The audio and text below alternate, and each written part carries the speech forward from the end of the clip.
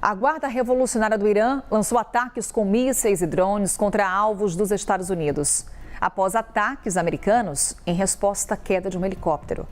O Ministério das Relações Exteriores iraniano classificou os disparos como uma clara violação e alertou que países que abrigam tropas de Washington podem ser alvo em caso de novos ataques.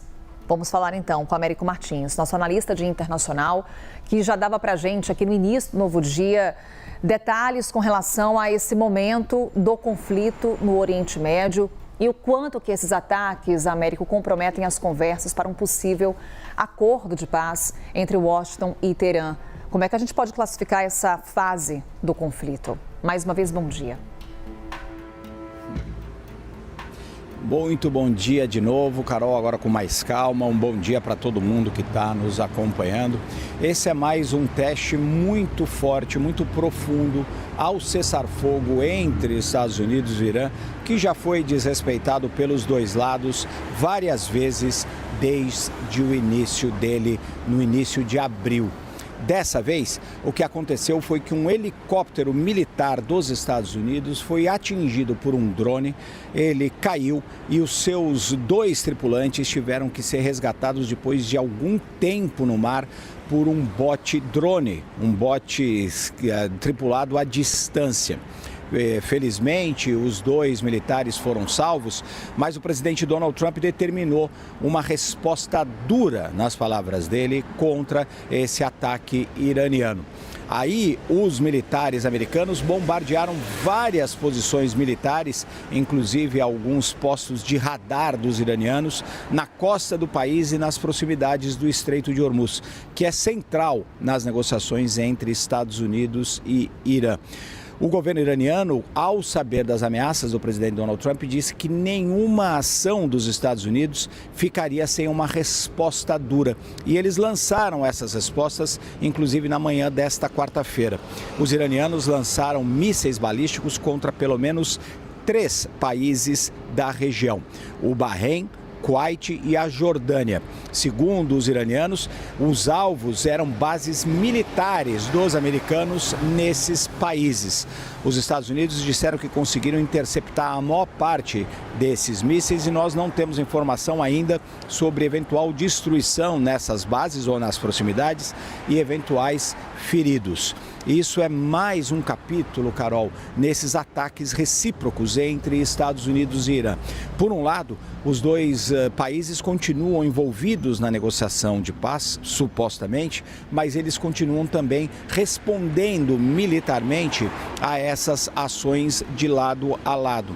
O Irã, ao tentar atacar essas bases nos outros países, também está tentando aumentar o tom das suas respostas, porque, obviamente, isso representa um ataque e uma preocupação também contra esses 3 países soberanos na região do Golfo Pérsico. São países, e do Oriente Médio, no caso da Jordânia, são países que têm uma proximidade muito grande com os Estados Unidos, são aliados dos americanos. Isso aumenta a tensão, Carol, não apenas entre americanos e iranianos, mas também entre todos os governos da região. É uma forma do Irã, em outras palavras, pressionar não só os americanos, mas os países da região para eventualmente forçarem os Estados Unidos a aceitarem algum tipo de acordo. Carol.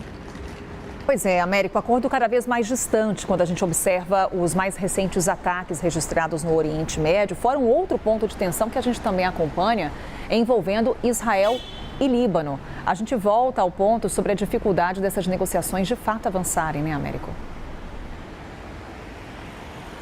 Exato, Carol. Essa é outra grande dificuldade, porque o governo israelense continua bombardeando o sul do Líbano. O governo do Irã tem dito desde o início do cessar-fogo que só vai aceitar o fim da guerra, só vai fazer algum tipo de acordo com os Estados Unidos, caso a paz reine não apenas no seu território e no Estreito de Hormuz, que interessa muito aos americanos, mas também no território do Líbano, onde a gente tem uma guerra aberta neste momento entre o Hezbollah, um grupo radical xiita muito próximo do Irã, e as forças de defesa defesa de Israel. No início dessa semana, final da semana e início na segunda-feira, nós tivemos inclusive uma troca de ataques com mísseis entre Israel e o Irã.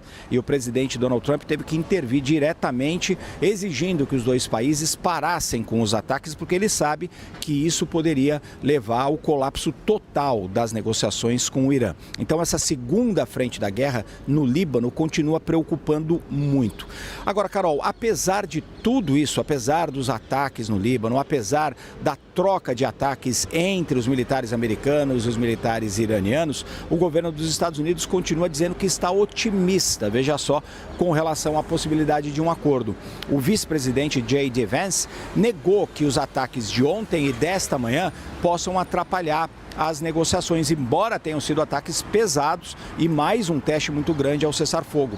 O vice-presidente americano disse que espera a conclusão de um acordo em semanas ou em poucos meses. Muito diferente, inclusive, do que o presidente Donald Trump tinha dito ontem, que ele acreditava num acordo em 2 ou 3 dias. Então, os americanos tentam manter o otimismo com um pouco mais de realidade, uma dose de realidade a partir do seu vice-presidente, mas é um cessar-fogo, é um acordo que depende muito dos dois lados se conterem. E a gente está vendo um aumento, infelizmente, dos ataques de lado a lado nas últimas semanas. Isso coloca, sim, em risco a possibilidade de um acordo, porque qualquer movimento mais mal organizado ou qualquer revanche que seja um pouco mais forte pode colocar tudo a perder. Isso sem falar, claro, no Líbano, onde o governo americano está tendo muitas dificuldades para conter os ataques israelenses.